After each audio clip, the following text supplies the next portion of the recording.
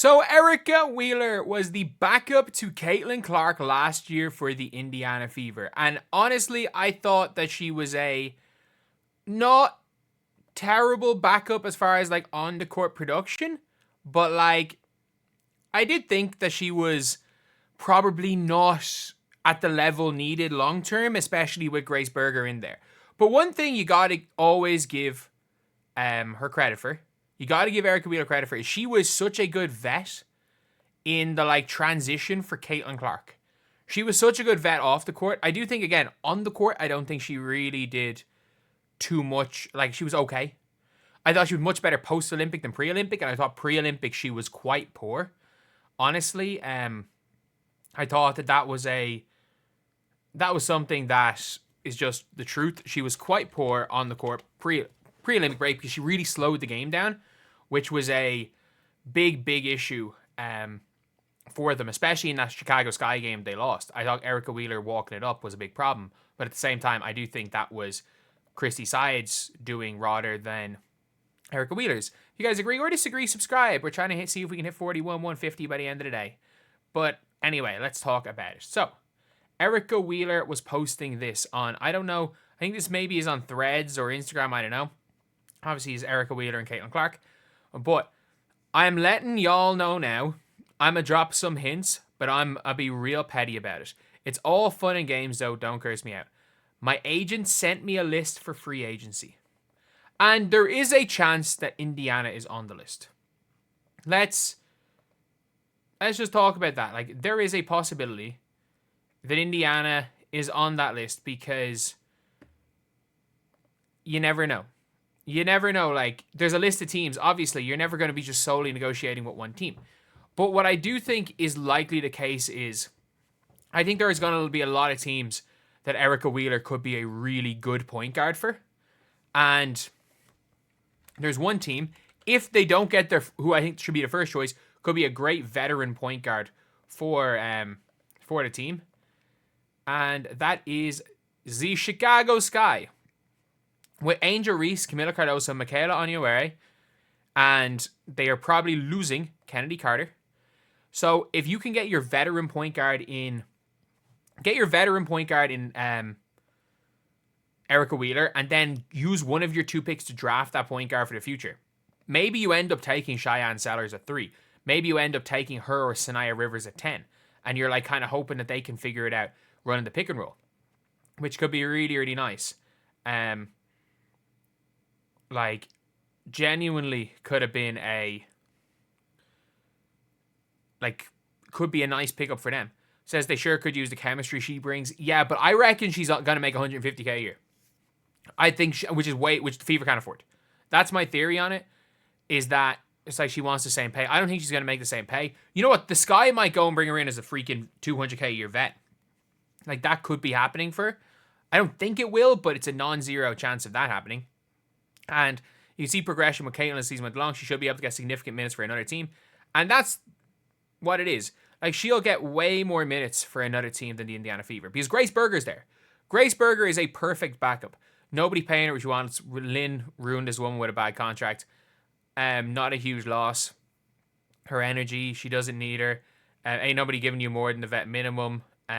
No, I think there are teams. I reckon she's going to make $150K. Like, Mariah Jefferson's getting paid $150K. Like, Erica Wheeler is still in a lot of WNBA systems not a bad backup point guard. Look, I don't think Erica Wheeler was a great backup point guard. I thought she was terrible in the Caitlin Clark situation. Like, with playing as the point guard with Caitlin Clark the 2, that situation. I thought she was pretty decent when she was playing the 3. When she came on and playing the 3 post-Olympic break, I thought she was all right when she was running off the ball. And yeah, I do think that when it comes to Wheeler, there's a lot of better options. There really are. So, like, if you're looking at a team that kind of needs the vet presence, and let's just say needs the vet presence and has the ability to pay her $150K. Because if you want to look at the WNBA free agents this year, and you want to look at the point guard position. So, I'm going to show you guys the point guard position. We're looking. And her, Courtney Vandersloot, are probably the two that are like fully available. Sammy Whitcomb, but I reckon Sammy Whitcomb is going to be like a little bit cheaper. Kia Nurse isn't a point guard. Natisha Heidemann. Natisha Heidemann is an interesting one because she is like a point guard, but she's a scoring point guard. She's like Courtney Williams light. And after that, you're scrolling through, there are very few point guards. Sydney Colson. I think Erica Wheeler is better than Sydney Colson. And then you got the restricted free agents. So in unrestricted free agency, there are very, very few. So I do think her going to a team, I do think she would really help the Sky. I really do, because it's that veteran point guard. She's good at dumping the ball into bigs. She's good at dribbling, running the pick and rolls to pass for his point guard. She suits playing with the old WNBA double bigs. I think for the Atlanta Dream, Jordan Canada's better than her. I don't think she fits in Dallas. The Valkyries, I think Julie Vanley's better than her.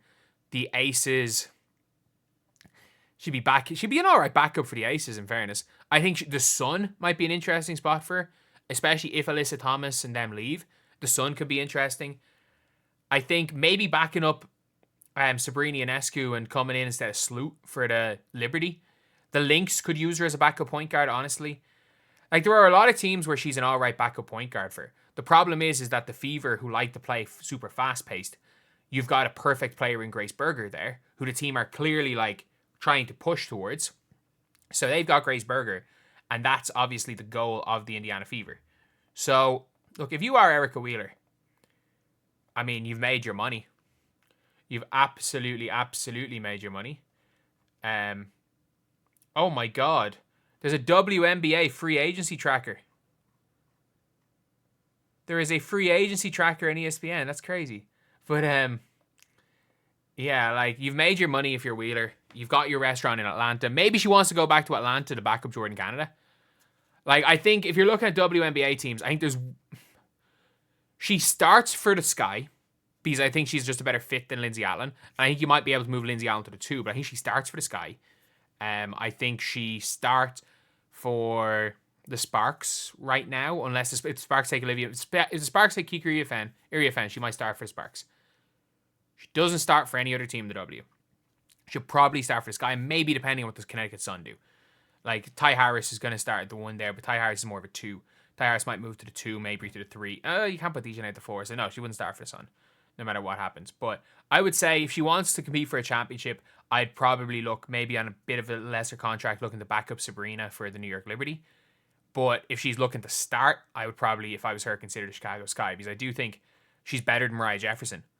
And I think it's like her and Mariah Jefferson kind of running the 1 with Tyler Marsh as two players with vet presence, and 2 players that are there that they can help if they do take Cheyenne Sellers.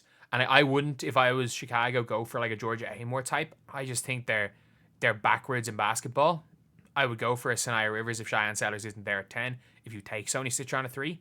But Erica Wheeler could be a vet presence for whoever your point guard is, in the same way as she was for a Caitlin Clark. Start a bit of the year and then eventually give up the spot to a Cheyenne Sellers. Or heck, maybe, they want to go and have a bit of a more mobile point guard, and they want to go for a Van Lith or something with the 10th pick. And I think she could be a good vet for her too. But anyway, yeah, that is the video. Thank you guys for watching. Please like, comment, and subscribe.